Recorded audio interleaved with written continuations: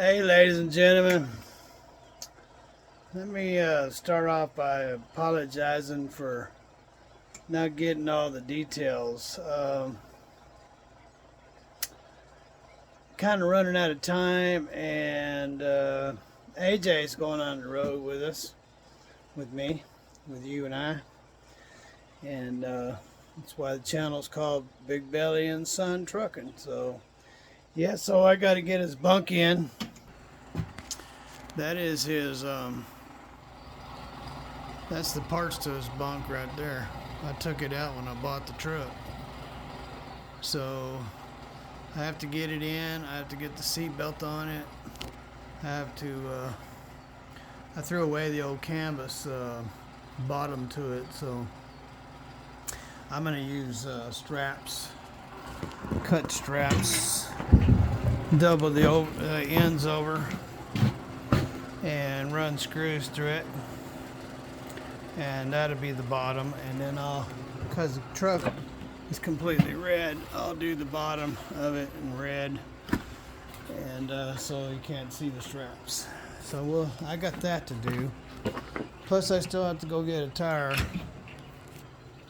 I'm not even thinking about the trailer tire. So anyway, back to not getting to the details. I also kind of got into a rush job, and I'm not going to do the final pinholes. And yeah, I did leave that. And there are some imperfections. But there you go. That's the one that was tore up with the Texas size hole in it. Is now. This is the inside, which you never see. But it's raining outside. I threw it out in the rain because I need to go ahead, since this one's all brightened up. Now, they've been on the truck for a couple years, so that tape is all, it's not the healthiest. So I'm going to go ahead and retape them, paint that one in there. And get it to match this one. So, I mean, it matches, but I want it to look fresh like this one. So, there it is. She's done. The Texas size hole is gone. And is it perfect? No, it's not perfect. I don't know if I can get you some. The camera's not going to let you see. Let me see. See, it's not perfect. There are some waves in it. I'm not going to say that it's perfect when it's not. I just, I need to hurry up. And it's fixed. As far as making it look beautiful, that's as beautiful as it gets. This one here, as you can see, the snowy weather with the rocks and everything had blasted the front of that one. We'll replace the tape on this and paint them up. And the trailer scrubs across the top of these now and then when the trailer tires are lower than the tractor. And you're in a turn, sometimes it'll drag across the top. Well, I put a little bit of Bondo here. It rained on it. So I'll fire up the heater and dry it out. Get that done, and sand this down and get that off of there. And we'll put some tape, fresh paint on it, and tape it up, and we'll be done with the fenders. I still have to weld up a couple of the brackets, straighten the brackets up, ladies and gentlemen. And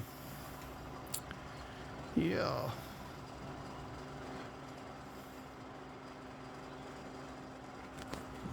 So I don't know if you could tell, but the silver has faded on that tape. It's a roll of tape, in case you're wondering. So this is what I'm using.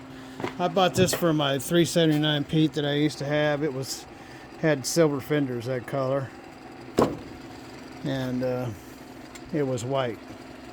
So, but I've been using it on the Freightliner since I have it. But anyway, if you look at this, now I know you can't tell, but this is a much duller after 2 years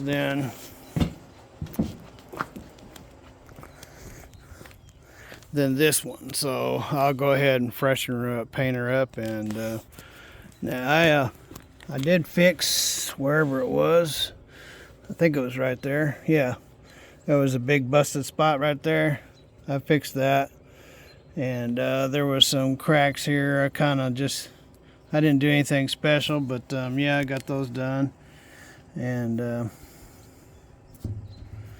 yeah, so there it is there. Like I said, it's not perfect.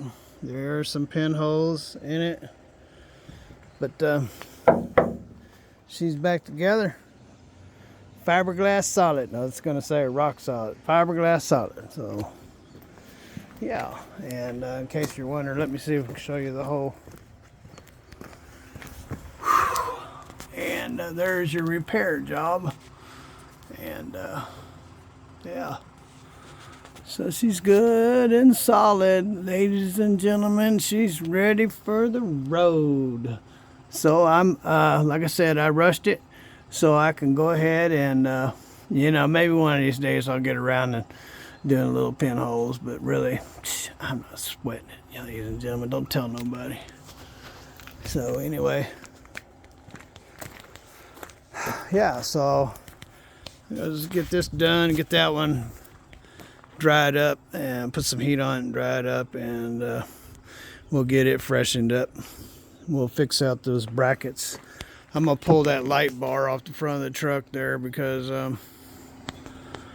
when I hit that gator and blew out that drive tire, it messed the bottom that light bar up, and so I just take it off, and we'll make another one of these days. Anyway, so got a lot of dust on the bikes.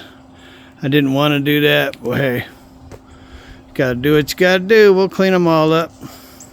So anyway, I just thought I'd give you an update, and again, I apologize I didn't get it detail by detail how I did it, but the main objective is the reason why I run these fiberglass fenders. In case you ever do tear them up, they're fixable, and that was my point. Yes, they're cool, as Mike would say. Well, you just use them because they're cool. That's the only reason why you use them. I love them. I think they're cool. So I agree, Mike. But that's not the only reason. The only reason is they are practical. And if you tear them up, they are fixable. Unlike any other fender. So, to prove my point, they're fixed. And guys, have a wonderful day. God bless. Don't forget to ring that bell. Speaking of bell, here's a bell. On the back of the Harley. Don't forget to ring that bell. God bless. And later.